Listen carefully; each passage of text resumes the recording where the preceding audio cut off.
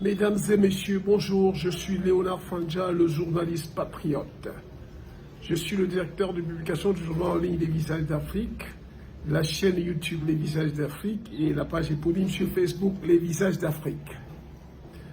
C'est un organe de presse dont la ligne éditoriale est le combat pour le triomphe de la justice et de la vérité.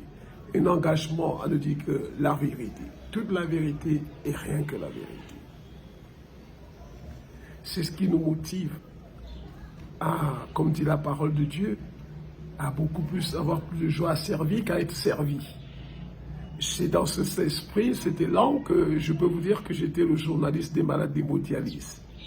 Les malades d'hémodialyse qui, à chaque fois qu'ils avaient des mouvements d'humeur pour protester contre la non prise en charge de certains des leurs, me faisaient appel. Et j'y allais. Une fois d'ailleurs, le sous-préfet de Yaoundé 6e est venu négocier l'arrêt des mouvements d'humeur en compagnie du délégué régional de la police qui était un commissaire divisionnaire.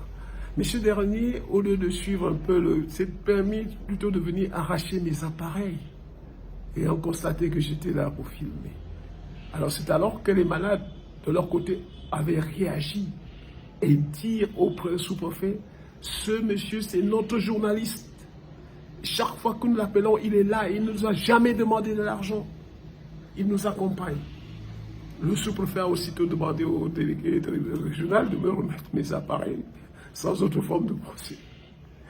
Alors, c'est dire que c'est cet élan qui nous a motivés à soutenir même le président Paul Biya. J'ai soutenu le président Paul Biya à son accession à la magistrature suprême.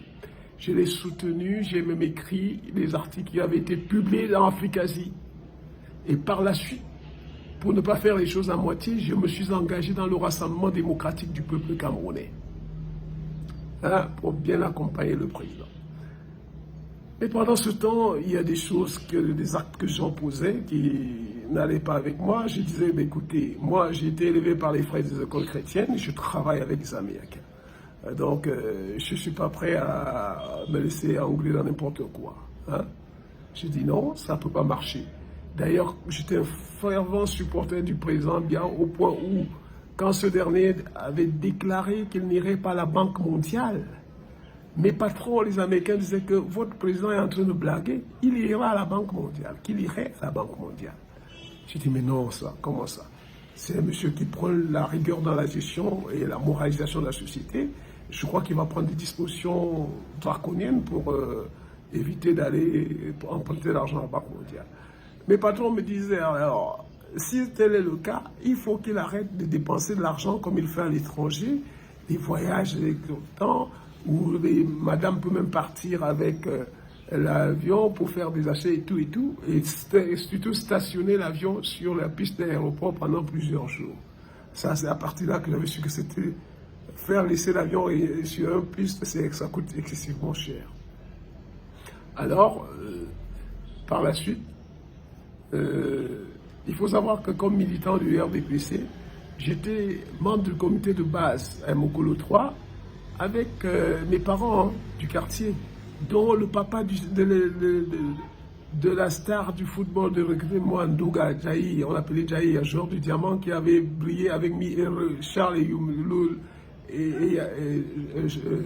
Léa et Charles dans le diamant on est à la Coupe d'Afrique des Nations 72. Alors, son papa et moi, nous étions membres du même bureau, mais j'étais membre de conférence de la sous-section de Yaoundé 2. Première sous-section Yaoundé 2, RDPC, j'étais membre de la conférence. Et c'est nous qui avons contribué à élire le maire Ndjomo, le regretté mémoire lui aussi, comme premier président de la sous-section RDPC de Yaoundé 2, et par la suite comme premier maire de Yaoundé 2. J'étais de ce combat. Donc, par la suite, quand je constate quand le président s'engage à aller à la Banque mondiale, j'ai dit, écoutez, moi je ne vais pas continuer à adhérer dans un parti où les gens ne peuvent pas être rigoureux dans la gestion. Je me retire. Et par la suite, maintenant, je démissionne, le combat triomphe, ensemble, chant. Alors c'est ça qui m'a motivé. Dans la presse, je dis, je dois être un journaliste professionnel. Pour quelqu'un qui a travaillé avec les Américains, il doit être professionnel jusqu'au bout des ongles. Il ne doit pas se laisser engluer dans la mafia et la corruption. Il ne doit pas dire les choses pour encenser, exalter les malhonnêtes, les voleurs, les détourneurs de fonds publics. C'est quelqu'un qui doit dominer l'instinct grégaire en lui pour ne pas se laisser instrumentaliser. Jusqu'à ce jour, personne ne peut dire que j'ai failli. J'ai plus de 20 ans déjà dans le métier. Alors, j'ai donc pris l'engagement d'être au service de la nation, dire la vérité, toute la vérité, rien que la vérité, donner les informations avec toutes les précisions, éviter de dire pour nuire ni pour plaire. Voilà, ce qui m'a toujours motivé. Et c'est pour ça que j'ai dit que, comme journaliste, j'ai vu des vertes et des pas vertes, surtout avec les malades d'hémodialyse. Vous voyez, j'ai vu beaucoup de choses pour lesquelles il fallait être très fort pour les surmonter.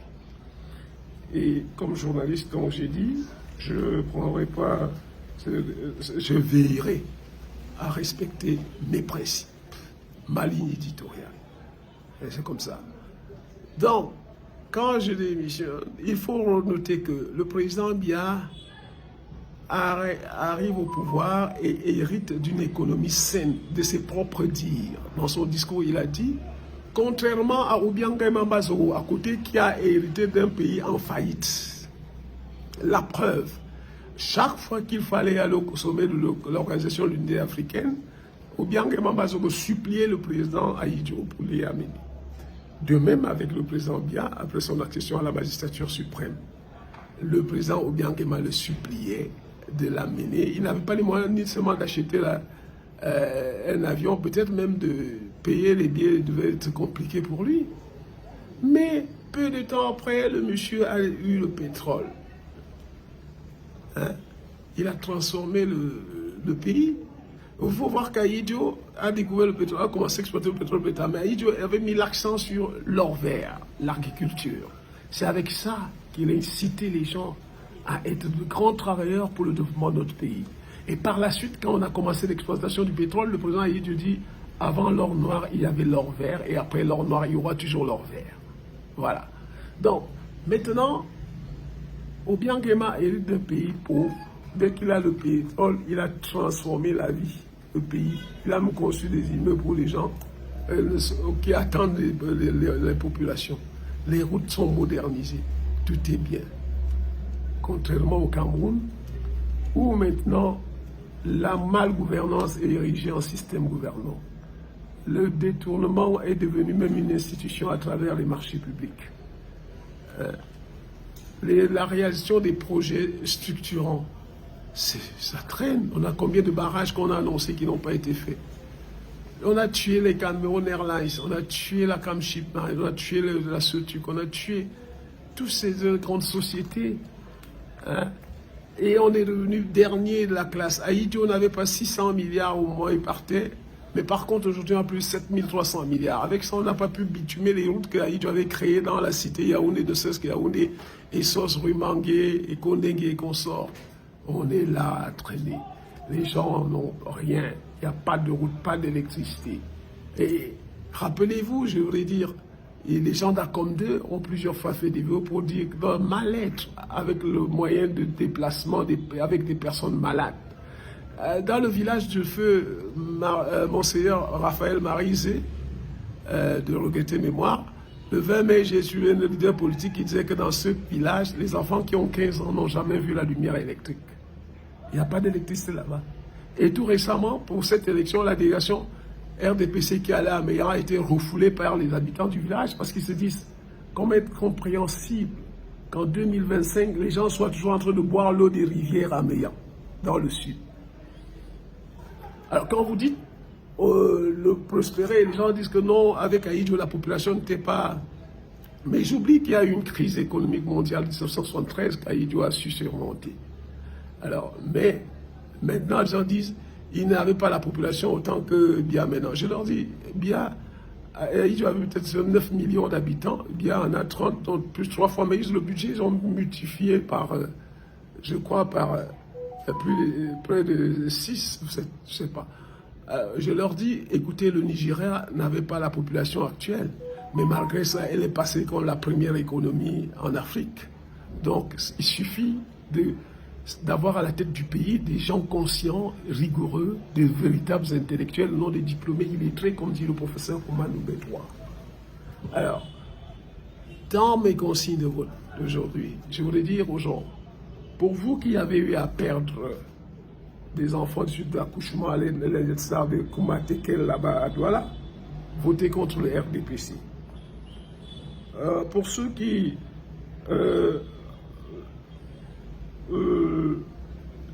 comme les employés de chantier naval qui réclament plus de près de 3 milliards de francs d'arrivée de salaire, votez contre le RDPC.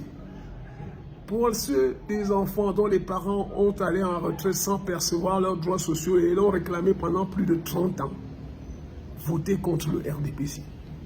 Pour ceux des employés de sociétés d'État restructurées qui n'ont pas pu avoir ces raisons et qui ont été ridiculisés, humiliés par leurs femmes parce que n'ayant même pas de droits et tout, n'ayant même pas de pension de retraite, votez contre le RDPC. Pour ceux dont les enfants, les parents ont été tués par les motos, et parfois, comme pour moi, une grande sœur que la moto a tuée jusqu'aujourd'hui, on ne sait pas qui l'a tuée, votez contre le RDPC. Pour ceux qui ont eu à perdre, victimes de calamités naturelles, et qui ont perdu les maisons, dont le gouvernement a sorti de l'argent pour les consoler et que cet argent a été détourné par les hauts responsables, votez contre le RDPC. Pour ceux des habitants du SIC qui ont emprunté de l'argent, payé toute la location vente de leur bâtiment, de leur maison et qui ne parviennent pas à avoir accès au titre foncier qui doit leur être donné de droit depuis des décennies, votez, vous et vos enfants, votez contre le RDPC. Ce serait faire preuve d'intégrité morale. Pour ceux qui, ceux des artistes, les artistes, j'ai vu Kopo qui remerciait pour 27 000 droits d'auteur, 27 000. J'en profite pour vous dire que avant Info TV, il y avait une télé là où j'étais invité, j'avais un artiste qui nous avait dit qu'il avait fait pour solliciter un artiste ivoirien pour un featuring. Au terme des accords, il avait demandé à l'artiste ivoirien combien ça lui coûterait. L'artiste ivoirien lui a dit, écoute, vous les artistes camerounais, vous n'avez pas d'argent. Moi, je vais te faire ça gratuitement. Vous imaginez? Après, on dit que quand nous dénonçons, on dit qu'on ternit l'image du Cameroun. Aux footballeurs, aux artistes, les footballeurs, Samuel Eto'o est venu dire qu'il va payer, il faut qu'on paye le salaire des gens. Le gouvernement qui a refusé, suis toujours refusé, même quand Dangote est venu ici pour améliorer les conditions de vie de ses employés et même des consommateurs de ciment, le gouvernement qui a refusé est entré en guerre contre Samuel Eto'o fils. Parce qu'il avait osé dire qu'un footballeur doit toucher 200 000 euros. Alors qu'ailleurs, les gars vont mourir en Algérie parce que là-bas, ils ont 1 million, ils ont une voiture, ils ont tout, les Africains, les Camerounais.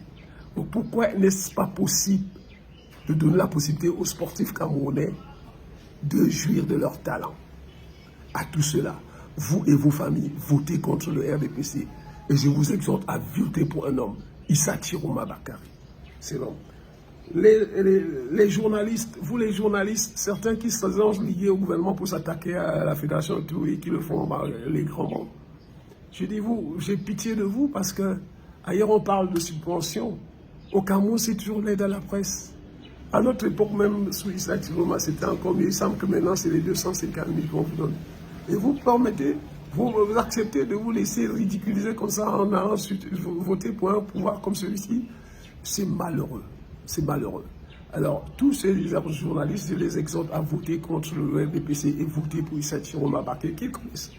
Issa Chiroma, c'est un homme et un grand manager. C'est lui le père des péages au Cameroun. À son époque, ça donnait beaucoup d'argent, mais aujourd'hui, on ne sait pas où va cet argent. Hein? Issa Chiroma est venu à la ministère de la Communication. Le ministère de la Communication, pour ceux qui ne le savent pas, c'est un des ministères les plus pauvres, avec 3 milliards. Mais Issa Chiroma, du haut de sa compétence, de son talent, de son talent de grand communicateur, de manager, a réussi l'image de la communication au point que les gens croyaient que le ministère de la Communication, c'est un ministère qui a peut-être dans les 10 milliards de budget. Donc, il faut vraiment voter pour Issa Chiroma Bakary. Il faut voter pour Issa Chiroma Bakary parce que c'est un humaniste. C'est un homme. J'ai souvent eu l'habitude de dire, j'ai même régulièrement dit aux gens, ne vous fiez pas à ce que Issa Chiroma disait dans ces sorties-là. Allez vers l'homme, rencontrez l'homme pour découvrir l'homme. Tant que vous vous fierez selon à ce qu'il disait là, vous ne savez pas que c'est le porte-parole d'un gouvernement des menteurs. Alors ne lui en tenez pas rigueur. C'est ce que j'ai toujours eu à dire. Et je vous le dis encore, ne lui en tenez pas rigueur. Allez voter pour lui, vous ne serez pas déçus. Il fera du Cameroun il fera du rayonnement du Cameroun sa préoccupation première, comme il a fait du rayonnement du ministère de la Communication, un truc apprécié de tous. Donc, chers amis, vous qui souffrez, ceux qui ont perdu les gens dans les villages parce que les conditions de voyage, de traversée d'eau et tout ça, comme récemment là, le Mongo, votez pour Issa Chiroma Bakary. Encore qu'il ne vient que pour la transition, pour toiletter, faire de ce pays sauvage, attardé, rétrograde, un pays moderne. Comment voulez-vous? Au Gabon, on fait les élections dans le même jour. Au Cameroun, il faut attendre 2 semaines. Non, il faut que ça finisse. Il faut arrêter de ternir l'image du Cameroun comme ça. Il faut arrêter de ternir l'image du Cameroun par ces vieillards qui sont à la tête. Vous avez vu le président de l'Assemblée nationale l'autre jour? C'est une image réduisante. Soyons sérieux, soyons honnêtes. Ceux qui disent qu'ils sont des chrétiens, là, les chrétiens qui soutiennent ce régime n'est pas un chrétien digne de ce nom. Je me permets de vous le dire. Un chrétien qui se met du côté du peuple, comme le Lamido de Guilly, qui a dit il n'y a pas d'hôpital, il n'y a pas de route, il n'y a pas d'électricité, il n'y a pas d'eau, il n'est pas question. Il a réussi, ce n'était pas question. Lui, au moins, c'était ce qu'il avait logique qu'il faut se couper. Et il faut les féliciter. Il ne faut pas leur en tenir rigueur. Il faut encourager des gens courageux comme ça, qui prennent position courageusement, pas pour leurs intérêts égoïstes, mais pour l'intérêt du peuple. Et son peuple dont il a la charge. Donc, chers amis, le Cameroun est doté de potentialités. Mais nous avons eu le malheur d'avoir à la tête de ce pays pendant les 43 dernières années. Un groupe de gens qui n'avaient pas fait du sort du peuple leur priorité. La preuve, soit idiot, quand vous étiez un élève ou un étudiant compétent, vous étiez reçu à plusieurs concours ou alors plusieurs tests d'emploi. Et c'est vous qui choisissiez où vous devez aller travailler. C'est pas comme maintenant où on vous demande les parrains, où on a promu les cancres à qui on a donné de l'argent dont la richesse n'est même pas, dont la traçabilité n'est même pas possible. Votez contre ce régime parce que sur le plan des mœurs, il y a beaucoup de dérapages. Vous avez les Kassou à Idio, quelqu'un avait chanté « Mademoiselle, tu marches sans caleçon. » Mademoiselle, tu marches sans caleçon. C'était interdit. Aujourd'hui, qu'est-ce qu'on entend? Mais ce n'est pas interdit. Les femmes se mettent nues même dans les rues, les hommes, et on ne leur fait rien. Alors, donnons l'occasion à M. Issa Chiroma Bakary en votant pour lui demain, pour que le Cameroun sorte de l'obscurité et arrive vers la lumière. Que Dieu bénisse le Cameroun. Je vous remercie.